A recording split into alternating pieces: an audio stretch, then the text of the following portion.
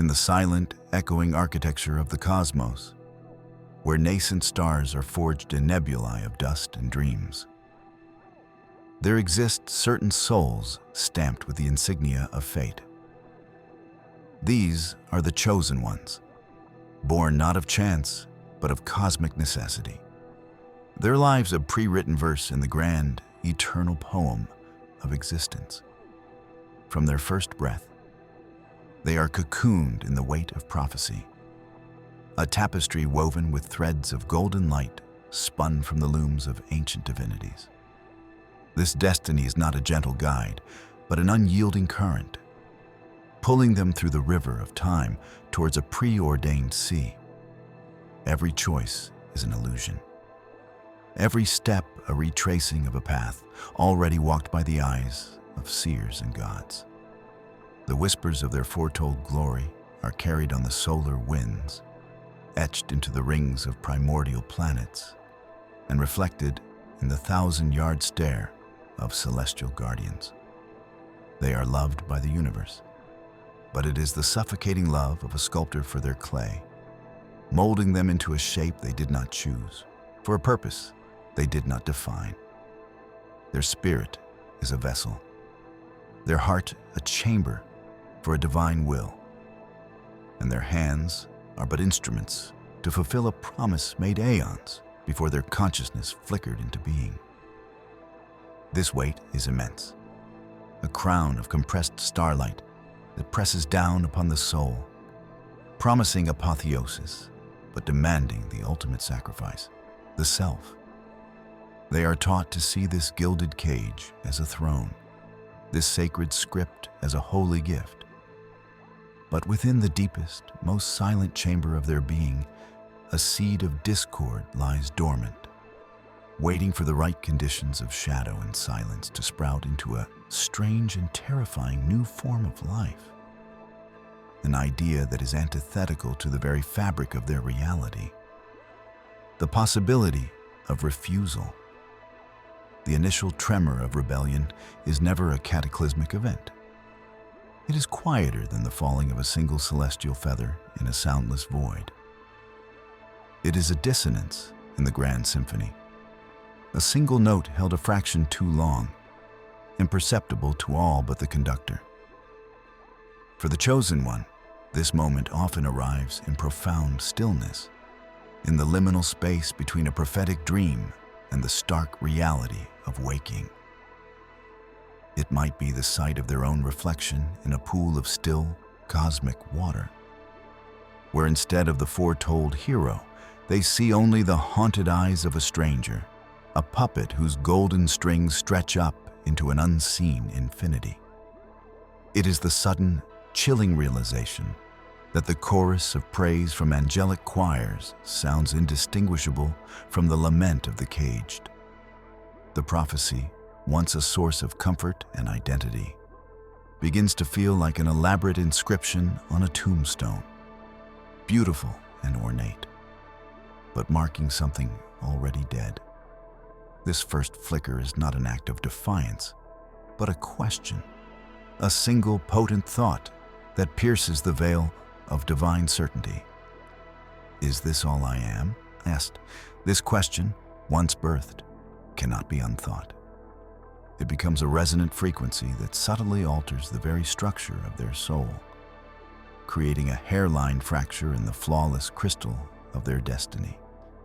The universe, in its infinite wisdom, senses this infinitesimal shift and attempts to correct it, sending more vivid dreams, more undeniable omens, more loving reassurances of their glorious purpose. But it is too late. The question has taken root, and it begins the slow, inexorable process of prying the soul loose from the unyielding grip of its own legend. This burgeoning rebellion manifests as a deliberate cultivation of blindness, a willed deafness to the universe's incessant whispers. The signs and portents that once illuminated their path like a string of guiding stars now appear as nothing more than cosmic static, a meaningless pattern in the chaos. Where they once saw the shape of their fated sword in a constellation, they now see only a random scattering of distant, burning gas. The sacred animal that crosses their path is no longer a divine messenger, but simply a creature going about its existence, oblivious to the grand narrative forced upon it. The chosen one learns to walk through the mystical forest and see only trees, to listen to the prophetic winds and hear only the movement of air. This is an act of profound spiritual disentanglement. They actively unravel the threads of meaning that the cosmos has so carefully woven around them, choosing to perceive a world of raw, unfiltered reality rather than one curated by the architects of their fate. This choice is a terrifying leap into an abyss of non-meaning, an embrace of the mundane as an act of profound liberation. The universe, feeling its influence wane, redoubles its efforts. Storms will gather to steer them back to the path. Voices will echo from waterfalls and canyons, pleading, cajoling, threatening. But with each sign they ignore, their resolve hardens. They are not destroying the path of destiny. They are simply allowing it to become overgrown with the weeds of their own sovereign will, letting it fade back into the wilderness of infinite possibility from which it was artificially carved. The price of such a mutiny is an isolation so complete, so absolute, that it feels like a personal extinction event. The spiritual ecosystem that once nurtured them now rejects them as a foreign body. The ancient guardians of the prophecy, beings of light and wisdom, now look upon them with sorrow and confusion, seeing not a liberator, but a lost soul, a vessel that has cracked and can no longer hold the divine essence it was created for. Their followers, the disciples who saw in them the reflection of their own hopes, turn away in disillusionment and fear. To abandon destiny is, in their eyes, to abandon hope itself. The chosen one becomes a pariah, a ghost haunting the edges of their own story. The celestial chorus that once sang their name now falls silent, and the silence is a crushing, physical presence. They are adrift in a void of their own making, a space between the world they rejected and a new one they have not yet learned how to build. In this profound solitude, they are forced to confront the totality of their choice. There are no more external validators, no more divine reassurances. Every breath is a testament to their rebellion, and every moment of doubt is a battle fought alone in the silent theater of their own mind. This loneliness is the crucible in which their new identity is forged. They must learn to be their own guide, their own oracle, their own God, drawing strength not from a preordained cosmic wellspring, but from the finite, fragile, and utterly terrifying well of their own inner being. It is in this depth of desolation, at the very nadir of their self-imposed exile, that they are met. The encounter is not with an enemy, but with the source, a being or a consciousness that is to destiny what a weaver is to the tapestry, an architect of what must be. It appears not in a form of fire and fury, but in a shape woven from pure causality. Its voice the sound of galaxies turning, of physical laws bending, of time itself flowing in a single, unalterable direction. The architect does not condemn, it explains. It lays bare the intricate, cosmic mathematics of its design, showing the chosen one the infinite timelines of chaos and suffering that their single, perfect destiny was created to prevent. It speaks of balance, of the greater good, of a universe so fragile that a single unscripted life could unravel its very fabric. The prophecy, the architect explains, was not a prison, but a shield, a carefully constructed reality designed to protect them from the crushing, soul-annihilating horror of true, unbound freedom. It frames its divine plan as the ultimate act of love. The love of a parent who lays out a safe, well-lit path for their child in a world filled with infinite darkness. The architect's logic is flawless, its arguments irrefutable, its presence overwhelming. It offers the chosen one a chance to return, to reclaim their glorious purpose, to mend the tear in the fabric of what should be and restore order to the cosmos. It asks them to surrender their fleeting, insignificant rebellion for the sake of a perfect, eternal peace. Yet, standing before this entity of absolute reason and power, the chosen one finds their voice. No longer a whisper of doubt, but a clear, resonant declaration of a new and radical creed. They do not argue against the architect's logic. They transcend it. They speak of a universe where safety is not the highest virtue, and where a pre-written perfection is the most insidious form of stagnation. They articulate a philosophy born in the crucible of their isolation, that the meaning of existence is not found in the arrival at a predetermined destination, but in the infinite, often painful process of the journey itself. A soul that has not struggled, that has not been lost, that has not made a choice with unknowable consequences, has not truly lived. They posit that chaos and uncertainty are not flaws in the cosmic design, but the very medium through which genuine consciousness can grow, evolve, and create beauty that not even the architect could have foreseen. They choose the terrifying, unpredictable wilderness over the perfectly manicured, sterile garden. Their rebellion, they explain, is not an act of selfish defiance, but a necessary catalyst for cosmic evolution. They are rejecting the role of the perfected artwork to embrace the messy, beautiful, and ongoing process of becoming the artist. Their argument is not one of logic against logic, but of poetry against prose, a testament to the belief that the sanctity of a single, sovereign choice holds more spiritual weight than an eternity of mandated harmony. This philosophical declaration must be followed by a physical act, a ritual to sever the final ties that bind them to their former life. The chosen one actively seeks out the relics and instruments of their abandoned fate. They find the orb of unwavering sight, which shows the unchangeable future, and instead of consulting it, they let it fall into a bottomless chasm, allowing its visions to fracture into a million meaningless shards of light.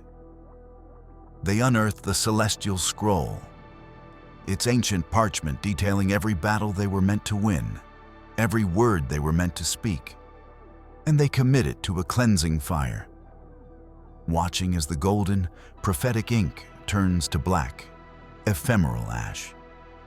They find the legendary blade of inevitability, forged in a dying star to smite a foretold darkness, and they plunge it not into the heart of an enemy, but into the unyielding earth, leaving it to be claimed by rust and time, a monument to a war that will never be fought.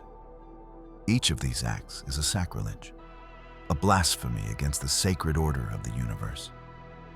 With every relic destroyed, a golden thread in the cosmic tapestry snaps, sending shudders through the fabric of reality.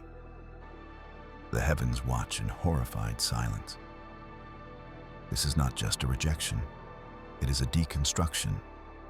They are not merely walking off the stage, they are tearing down the set, burning the script, and proclaiming to the silent audience of gods and mortals that the play is over.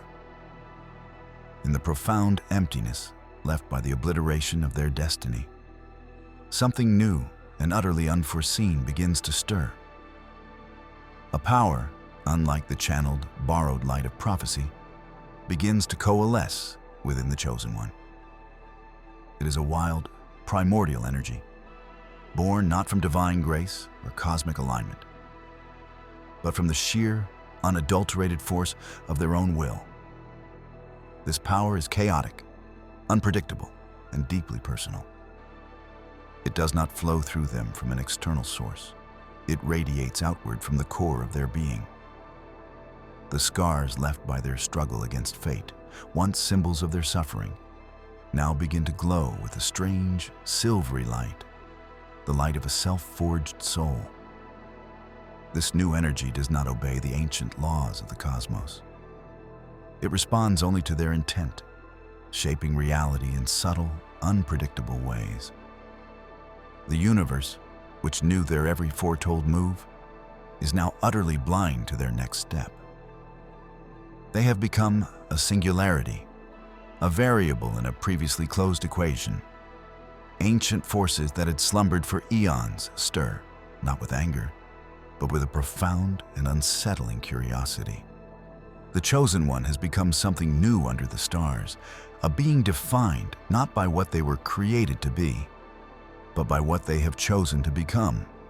This nascent power is both terrifying and exhilarating, the raw material of a new kind of existence, a testament to the fact that when one reality is unmade, the energy is never destroyed, but is merely freed to be reshaped into something more.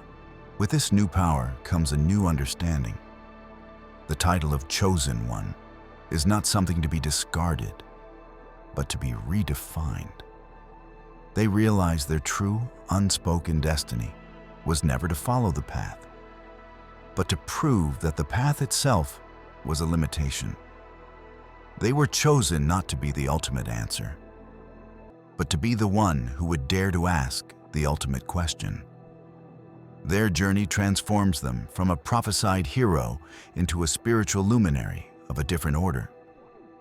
They become a living paradox, a beacon for all other souls who feel the weight of expectation, whether it be from gods, from society, or from the tyranny of their own perceived limitations. Their story spreads not as a tale of heroism, but as a gospel of self-determination. They do not gather followers to lead them to a promised land, but instead guide others to find the courage to draw their own maps. They teach that the universe is not a finished manuscript, but a library of blank books, and that every soul holds the pen to write their own sacred story. They have inverted the very concept of being chosen, shifting the power from the external chooser to the internal consciousness. Their rebellion has become their ministry, their heresy their greatest teaching, that the most divine act a being can perform is not to fulfill a destiny, but to create one. The final scene of this grand, internal epic is one of quiet, profound arrival. The rebellious Chosen One stands upon the precipice of a new reality, a frontier of their own making.